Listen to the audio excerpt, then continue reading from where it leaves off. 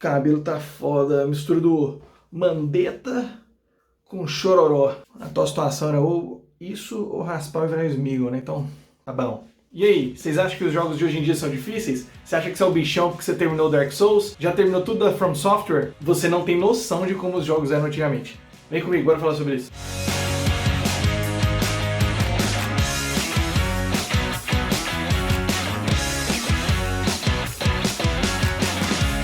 Bom, eu não vou entrar no mérito aqui se os jogos antigamente eram piores ou melhores, eu não entro nesse tipo de saudosismo.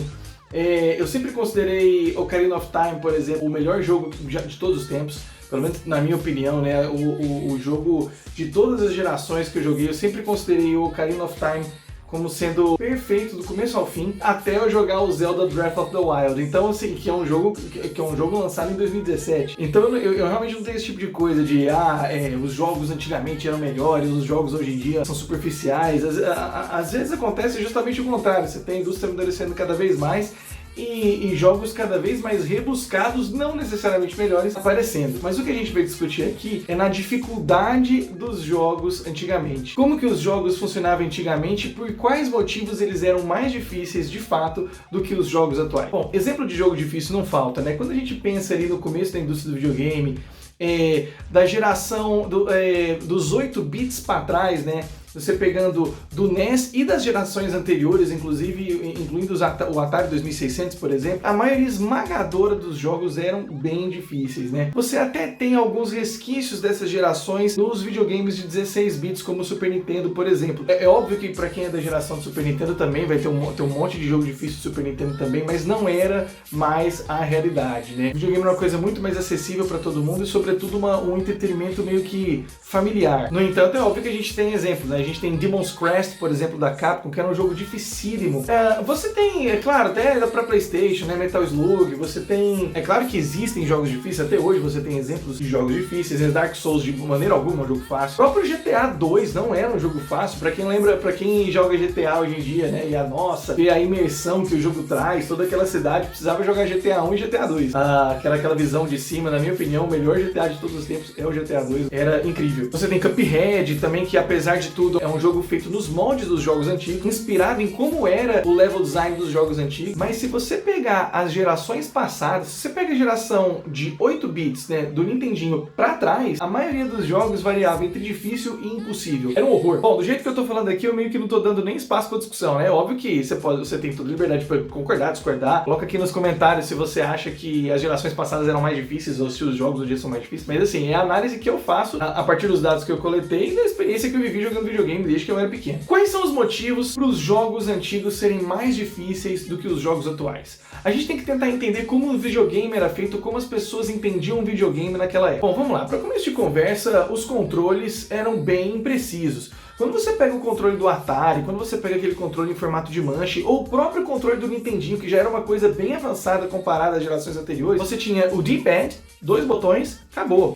No Atari você tinha a alavanca e um botão de ação e uma alavanca de movimentação. Então você tinha controles muito imprecisos, né? Inclusive na própria geração do SNES, né? Indo mais pra frente, nessa geração aqui, eu lembro que era uma dificuldade você acertar combo naquela época, e tinha um código que você colocava nesse Street Fighter 2 pra você poder escolher o mesmo personagem do seu adversário. Mas era um código assim, era um monte de botão que você tinha que apertar no começo, você tinha alguns segundos pra fazer ali. E eu lembro de eu tentando fazer isso, eu tava com o código na minha frente, tentava e não dava certo. A precisão do controle não era tão boa quanto é hoje, né? Você abre um controle de Atari hoje em dia, gente, você abre um controle de Nintendinho, você vai comparar com a placa do controle, os circuitos que você tem ali, com os circuitos que você tem no controle de Xbox One, não tem nem comparação. Você abre um controle de PlayStation 4, por exemplo, você tem um monte de chip, de circuito, de resistor, de não sei o que, enquanto que você pega um controle de Super Nintendo, parece uma placa com meia dúzia de coisa ali. Então são máquinas realmente bem rudimentares comparadas com o que a gente tem hoje em dia. Então você tinha controles imprecisos, level design complicado, era difícil você executar no jogo o que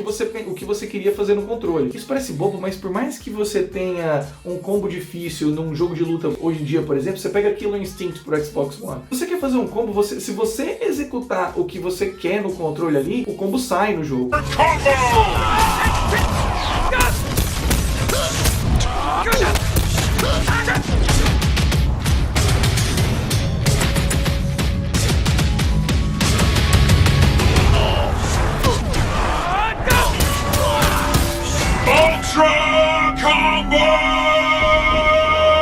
Né, você consegue executar o que você quer fazer. Existe uma dificuldade em fazer tarefas muito simples em um jogo de plataforma, no Atari, no Pitfall, por exemplo, em comparação a um jogo dessa geração aqui, ao Super Mario. Então, antigamente, os controles eram bem precisos e claro, né, a indústria do videogame estava nascendo, né? Ninguém esperava que as coisas fossem incríveis do dia para noite. E óbvio que para referência que as pessoas tinham antigamente, aquilo lá, ninguém reclamava, porque não tinha com quem comparar, entendeu? Já era uma coisa incrível você poder controlar alguma coisa que você tá vendo na sua televisão. O segundo motivo que eu queria colocar aqui era a falta de salvamento, né? Você não tinha condição de salvar o jogo. Muitos dos jogos, quando você não tinha uma vida, você tinha 2 ou 3 vidas ali, acabou, voltou pro começo. Não tem conversa. Nossa, Metal Warriors da Konami era difícil pra caramba. Eu lembro que acho que você tinha 5 vidas pra terminar o jogo inteiro. Coisa impensável, né? Os jogos hoje em dia, você dificilmente morre. Você pega Halo, por exemplo, a gente já tá no Halo 5, a Microsoft tá pra anunciar Halo 6 aí em julho. Desde o primeiro Halo ali nos anos 2000, você já tinha um sistema de jogo no qual bastava você se esconder ali que sua vida recuperava e tava tudo certo. Então já não era a coisa mais comum você morrer nos jogos, né? Você perder uma vida. Antigamente você não só morria, como se você tinha 3 ou 4 vidas ali, acabou, já era, voltou pro começo. O que é uma coisa impensável hoje em dia. Imagina você tá lá jogando seu God of War, morreu, voltou pro início da campanha, como se estivesse começando um jogo novo. Era isso, não tinha conversa. A maioria dos jogos, quando não era uma vida, era 2, 3 vidas e era isso aí. Essa impossibilidade de salvar o jogo se dava principalmente por limitações técnicas. Os consoles não tinham memória suficiente, não tinham como armazenar o seu progresso no jogo. Então, muitos dos jogos, ele te dava aquela situação ali pra você jogar e era o que você tinha. Os joguinhos passaram a ter condição de salvar o seu progresso posteriormente. Então, meio que essa dificuldade não era uma escolha, nossa, vamos propositalmente impossibilitar o jogador de salvar. Tinha isso também, que a gente vai conversar num tópico seguinte, mas a limitação técnica era o que mandava, porque simplesmente não era possível os consoles armazenar um monte de informação para determinar onde que o jogador tinha parado, com qual quantidade de vida, com qual item, não sei o que.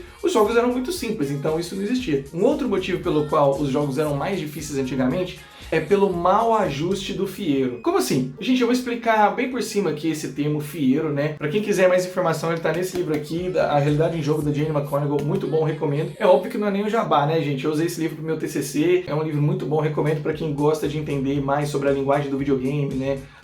Os jogos de maneira geral, é muito interessante. Em poucas palavras, o fieiro é o sentimento que a gente tem ao triunfar sobre a adversidade. Quando se trata de jogos eletrônicos, o fieiro é o nome que se dá àquele sentimento que a gente tem depois de passar aquela fase difícil, depois de derrotar aquele chefe. Sabe quando você tá jogando Cuphead, você finalmente passa daquele último chefe impossível, que nossa, eu devo ter ficado semanas pra passar daquele negócio, e que vem aquele sentimento de alívio, de você finalmente ter conquistado aquilo.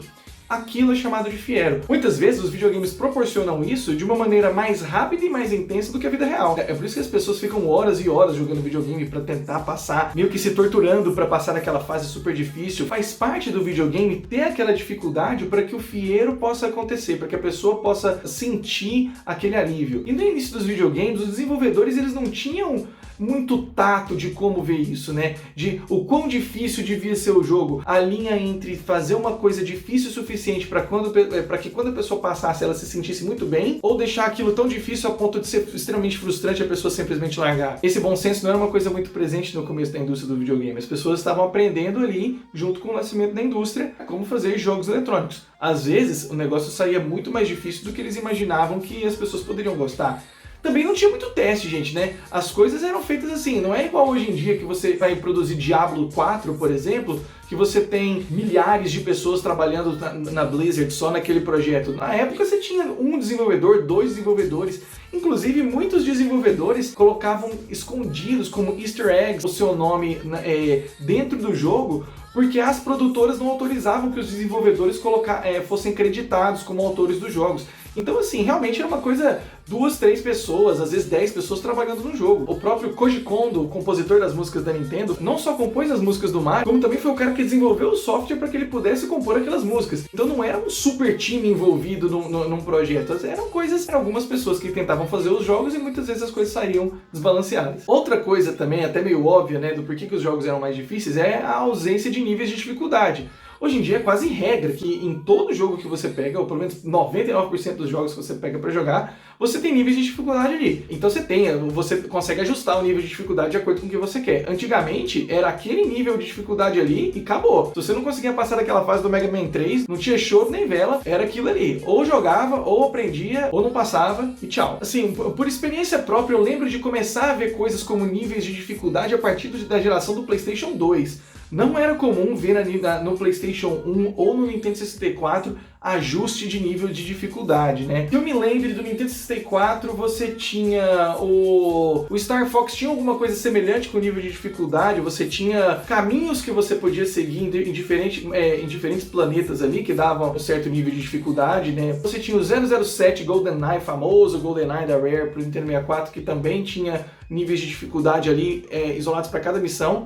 Mas não eram muitos. Eu creio que na geração do PlayStation 2 em diante, as coisas começaram a realmente ter níveis de dificuldade, pelo menos uma parte muito maior dos jogos passou a ter um nível de dificuldade ali para os jogadores mais casuais poderem escolher algo mais fácil, para aqueles que queriam realmente ter um fiero intenso, pudesse escolher as dificuldades mais difíceis. Um outro motivo, talvez o mais importante de todos, do porquê que os jogos eram difíceis antigamente, é porque a maioria dos jogos de 16 bits, 8 bits e de gerações anteriores eram portes de fliperama, ou arcade, a forma como você quiser chamar. Eu chamo de fliperama, porque na época que eu ia jogar a gente chamava de fliperama. Arcade foi um termo que eu fui aprender muito tempo depois. No Brasil, ninguém que jogou fliperama no Brasil nos anos 80 e 90 chamava o fliperama de arcade. Zero pessoas falavam isso. Mas enfim, como muitos dos jogos eram portes de fliperama, eles simplesmente tiravam o jogo dali, davam um jeito dele rodar no Nintendinho ou no Super Nintendo. Ele vinha basicamente com toda a estrutura de game design daquele jogo exatamente portado pro Nintendinho ou pro Super Nintendo.